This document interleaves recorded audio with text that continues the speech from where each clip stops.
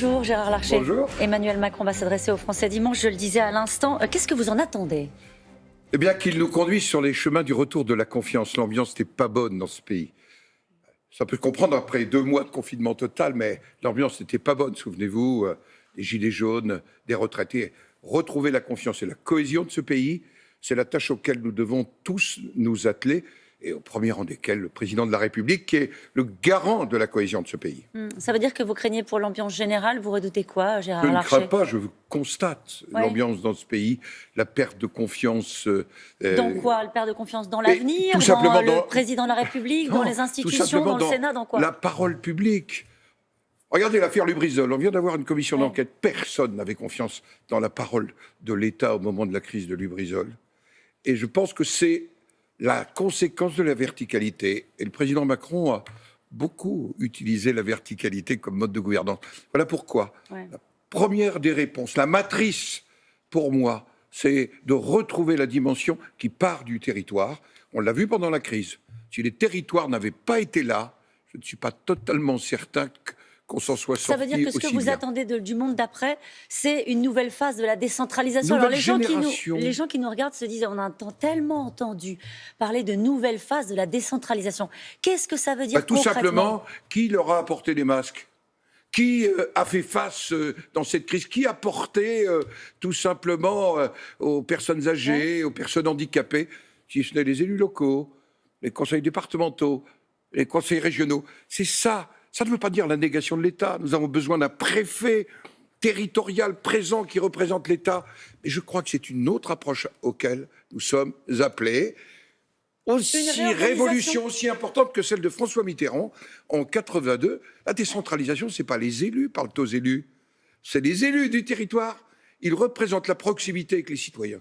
Une réorganisation du pouvoir en France et de la manière de l'exercer. D'ailleurs, c'est la réponse que j'ai faite au président de la République mercredi. Parce qu'il vous l'avait demandé. C'est la confirmation, bien sûr, puisque nous échangeons.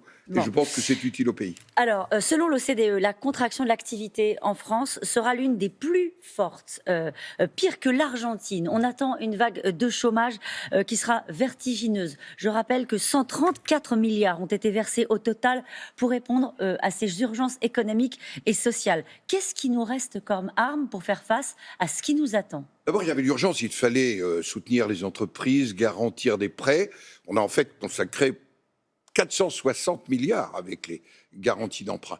Mais aujourd'hui, naturellement, l'urgence est économique, ce qui ne veut pas dire qu'il faut baisser la garde dans l'attention sur les questions sanitaires. Je vois bien cette ambiance qui pousserait à oublier.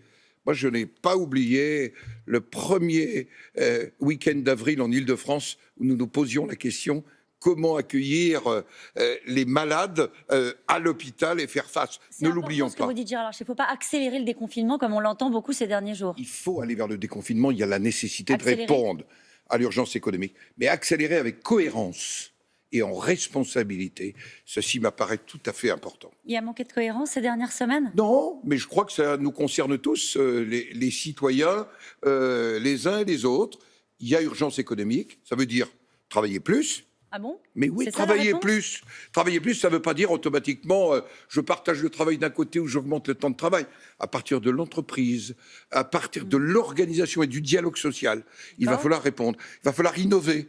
On parle beaucoup du discours environnement, écologie. C'est l'occasion de mettre en place l'économie décarbonée et de former des hommes et des femmes à cette économie décarbonée. C'est le moment de parler souveraineté, mais on ne peut pas parler souveraineté si on ne parle pas compétitivité. Faire payer les plus aisés, c'est ce qu'on entend aussi dans le débat. Si c'est les vieilles recettes, plus d'impôts, moins de travail ou interdiction des licenciements, je vous garantis que la baisse de la croissance, ce ne sera pas 11%, mais beaucoup plus.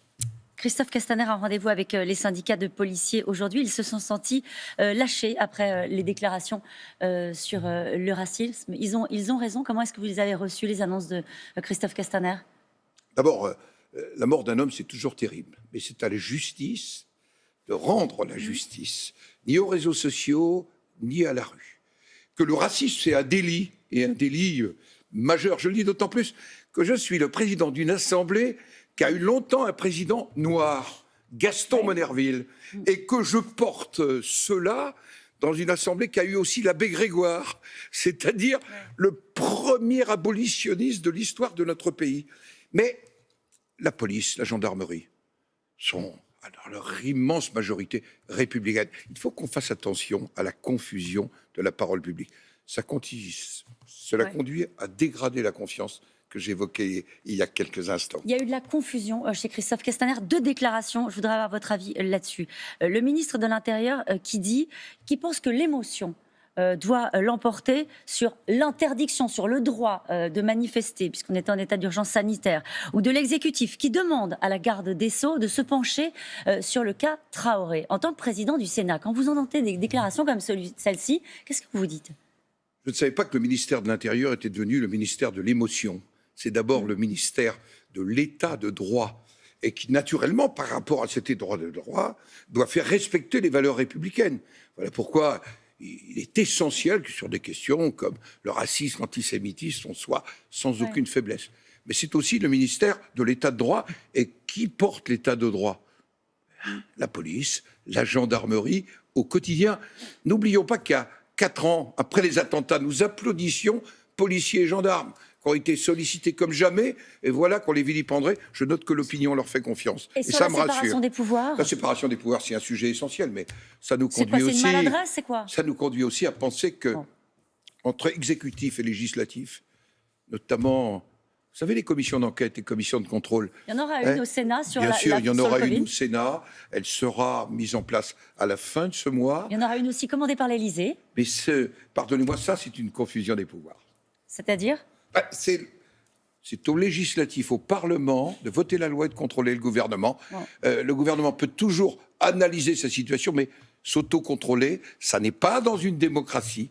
Le rôle de l'exécutif, c'est le rôle du Parlement. Et ça, vous l'avez dit au président ? Je l'ai dit. En tout cas, c'est sinon, d'ailleurs il l'a entendu ce matin. C'est ce qui m'a légèrement irrité. Alors, on va y revenir. Juste cette phrase ce matin, on a parlé du racisme, vous avez parlé de la police. Marion Maréchal dit ce matin « Je n'ai pas à m'excuser en tant que blanche pour le meurtre d'un Afro-Américain. Je n'ai pas à m'excuser pour la mort d'un délinquant, Adama Traoré. » Alain Finkielkraut, ce matin, dans le Figaro, dit « Le nouvel antiracisme met en accusation notre civilisation. » On l'a vu dans le journal, on est en train de se poser la question de retirer des statuts de figures du colonialisme.